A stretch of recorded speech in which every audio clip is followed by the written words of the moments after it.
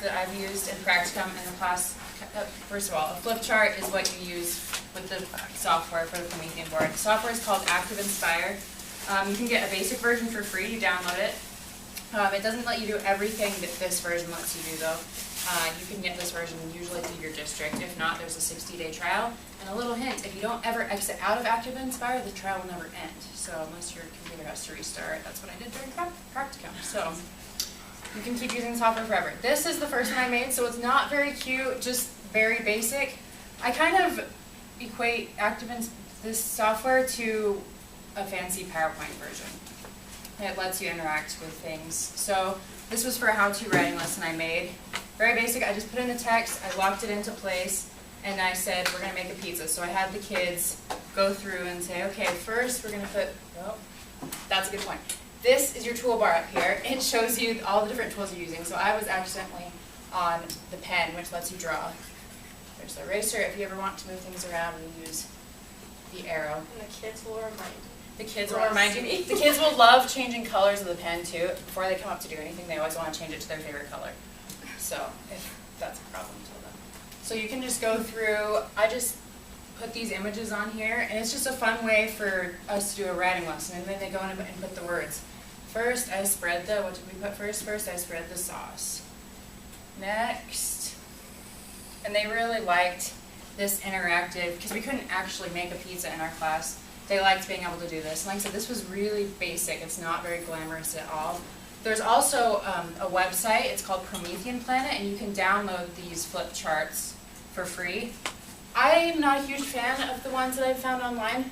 This is one I found online. It was okay. So sort the money. This is for a money unit. And if I try to put it in the wrong place, it'll snap back. So if I think that's 25 cents, oh, no, it's not. I put it right up here, and it works. So this is an example of a free one you can get offline. You can upload your own online. Kind of like Teachers Pay Teachers. And I think, have you guys gotten ones off Teachers Pay Teachers before? I've gotten it. I think flip charts are on Teachers Pay Teachers as well. This one I wanted to show you. Okay, this was once I got mine a little fancier. So basically I just got like PowerPoint backgrounds. And if you are worried about this, you can use PowerPoint. The downside to that is basically you're just annotating over the PowerPoint. So when you switch to the new slide, everything you wrote on the last one is still on that new one. Does that make sense? So it just stays on the screen and you have to erase it every time. So I prefer doing this. To go to your next slide, my toolbar is usually over here. That's why I'm not used to it. You just pick through here. So this is a money lesson. You can see these annotations are still on here from when the kids did them. They were working out how to do the money. So they were working it out. Basically, this was less interactive than the other one. It was more just kind of a presentation format, and they were working through. You can see all the writing, and then they were spelling out words. This is another basic one. Now, this last one I want to show you is one my mentor teacher made, and she's like an Active Inspire guru. And so, is your sound on? So this was for our Treasures program. Every day they do a Treasures program. It's formatted a little off because it was on a different computer. So sorry, I'm just trying to find the right spot.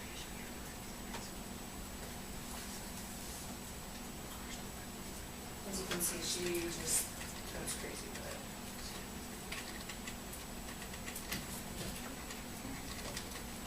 So click on the words with the ah sound. Paw, and then it normally plays a little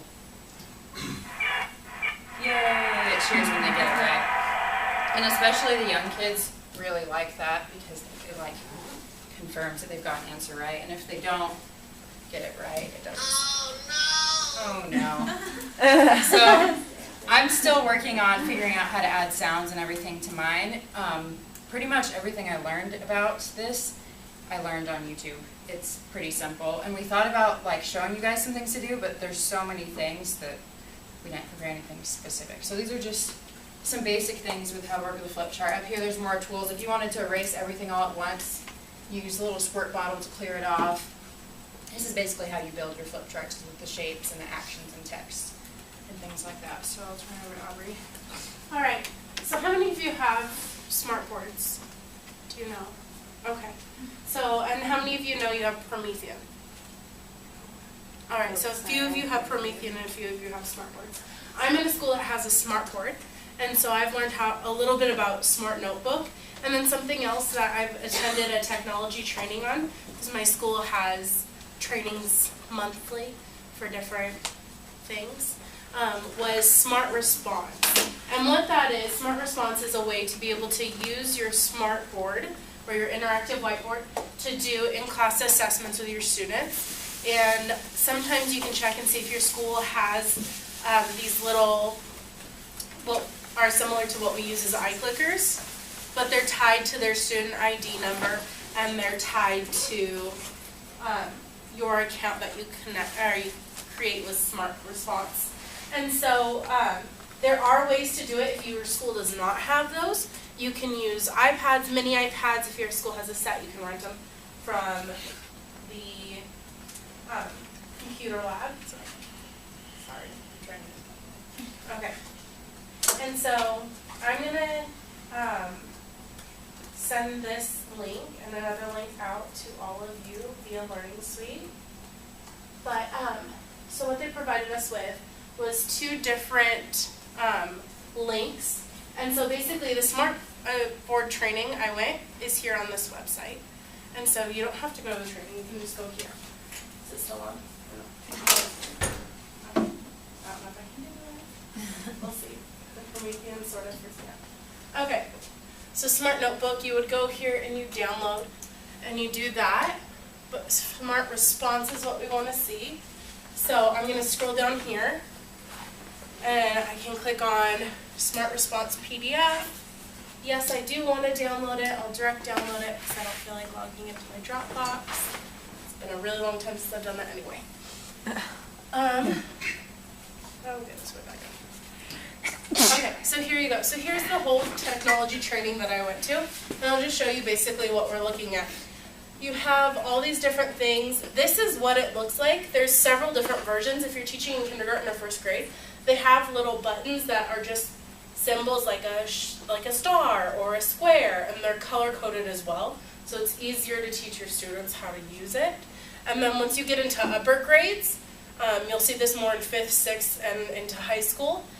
You can actually do short answer response because there's ways to type in letters, which kids are very good at texting, so it shouldn't be an issue to get that done in class.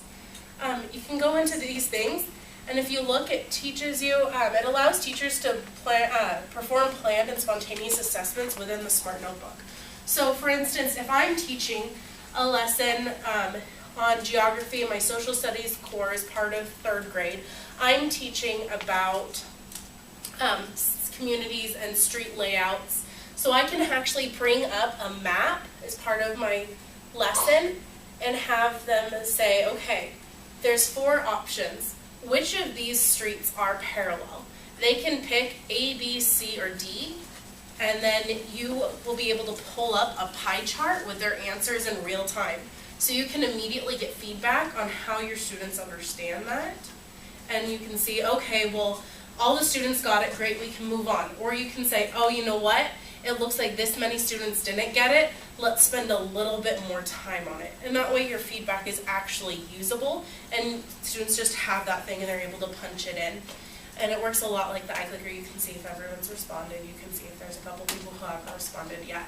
And then later you can go back into the data, and because it's linked to your students' numbers, you can see what questions students are missing. And so you can see where they need Tier 2 instruction. So that's really neat. So this is just really something you can peruse in your own time. And it comes with, Smart Response comes with the Smart Notebook. And so you can see, and there's so many different ways to use it. You can bring in Apple TV aspects and things like that. And so this just tells you step by step how to add students, how to set it up, what you can do. And so it really just gives you everything you need to do to set that up. So I really just wanted to share this resource with you so you know that it's available. You know, okay, well, I have no idea how to do this. I don't have the time to sit and figure it out. This is a PowerPoint that basically tells you step by step everything you need to do to be successful and to use Smart Response as an extension of your smartboard in your classroom. Okay, so just kind of wrapping it up. I'm not very technologically savvy, and I have a smartboard in my classroom, but I just kind of wanted to talk like realistically because I'm not like one of those that makes the cute things. Like ask Erin if you want to figure that stuff out. But one thing that my mentor teacher has talked to me about that was really effective is it saves a ton of time if you do a PowerPoint or if you do a flip chart on writing. Because I know like half the time I'm standing there like this, like and my handwriting is just like a mess on the board. So what I would do is something similar to what Erin did, and I type the words up there, and then especially like in first grade, even in third grade, I had the phrase up there, and then I said, okay, rewrite it on your paper. And then you can kind of like make it appear, or you can do all these things where you can drag the block away, and it saved me a ton of time instead of sitting there writing it. The only downside is if you want to actually write on the Promethean, I'm left-handed, and it's always off, and the kids are always like, you're writing over there, when my hand's like over here. And so I'm like writing it and they can't ever understand it, and it's just like becomes a huge joke. But just if you're going to use the smartboard, like use it to your advantage in the sense that you don't have to have, the other thing is like you don't have to like hand the kid the pen and have the kid go up and take it down and things like that.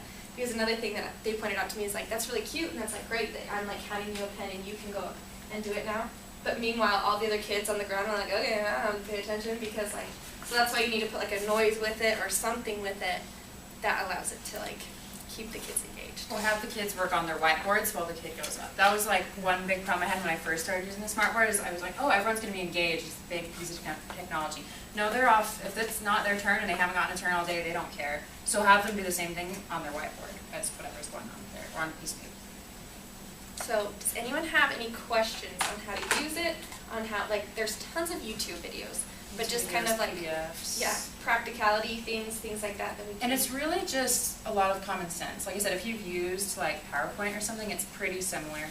Like I said, advanced things like making noises, those are harder to do and you can look up videos. But And when you launch it yourself, it will ask you, what are you familiar with? And if you're familiar with PowerPoint, it'll open kind of stuff. Okay, Zach. We got one smartboard at our school. Can you prepare almost everything beforehand and then when you bring it in, you're ready? Yeah, That's because what we with did me, with this. it's essentially like the same as the PowerPoint. You can get down with the free one. And that's all I did my first practicum because I didn't have, this is Provo School District's computer, I didn't have that and I didn't have all the software for it. So you can get the basic thing and you can download advanced ones onto your basic thing, but you can't create them, if that makes sense. So like one of the features that really frustrated me was when I was downloading, I wanted to do like a shape thing to make the shape go away. I thought you had one on this, but I don't know. yeah, I have one on, that one if you scroll down. One of these Like, will have it. I wanted to make a shape go away. This one, put down. Oh. Yeah, so I wanted to like make things go away and you can click and drag. I'm slow. You can click and drag to like read the word. You can't do that on the free edition, but you can download, like does that make sense? Like if Erin were to email this to you, Then you read it would still work on yours. You just can't create it. So it's kind of annoying. Like there's these little things and a membership isn't too expensive, but usually if you just go to your district and say, hey, I'm really interested in keeping this in my classroom, I want it in here this amount of time, can you give me the software? So I would just do my, I would do all my work at home the night before, and then I would just take it and plug it in. Only other side note is to make sure that your computer's kind of calibrated to the projector, because I had a big laptop, a huge screen. All the kids were always like, that's the biggest thing I've ever seen. And when I'd plug it in, it would aim out over here, and so the kids couldn't, like I couldn't see some things that I wanted to see, and I didn't have time to sit there and mess with it and things like that, and make sure that your computer also isn't on the go dark thing like mine is, because Oh yeah, don't put it on battery saving. every time it goes out, all the kids are like, it's blue! And you're like, okay, I just lost all of you, and then you have to like get it back together, and then the kids like, because my computer would lock, and that was the thing that was like really annoying, because you have to like log back in and try to keep the kids going. But like I said, if you download the free trial, which is the full version, and you don't ever exit out of it, you can use it for as long as you want, until your computer crashes like mine. Yeah, that's very true. But it's pretty fairly simple to set up beforehand. You do a test run when the kids aren't there in the afternoon the day before and make sure everything's going fine. And so if you don't have the access to it full time, you can definitely go ahead and just make sure you save whatever you create and you'll be able to pull it back up. And on any computer, like I made these on my computer and I just emailed it to her and bam. So it's really nice to be able to share it and collaborate with your team members. Anybody else have other questions about this or Smart Response or Promethean? one last note is that make sure that you know this Promethean has sound. Not all Prometheans have sound. So if you're going to watch a movie on the Promethean, make sure you either have speakers to go with it or something like that, because that's something I didn't know. My first practicum class didn't. The room I'm in now has speakers, and it's a lot nicer to watch movies on than having to put together my speakers and stuff. Awesome. It's really All right, Shelby and Jamie, do you guys want to set up? Do you want us to just set up?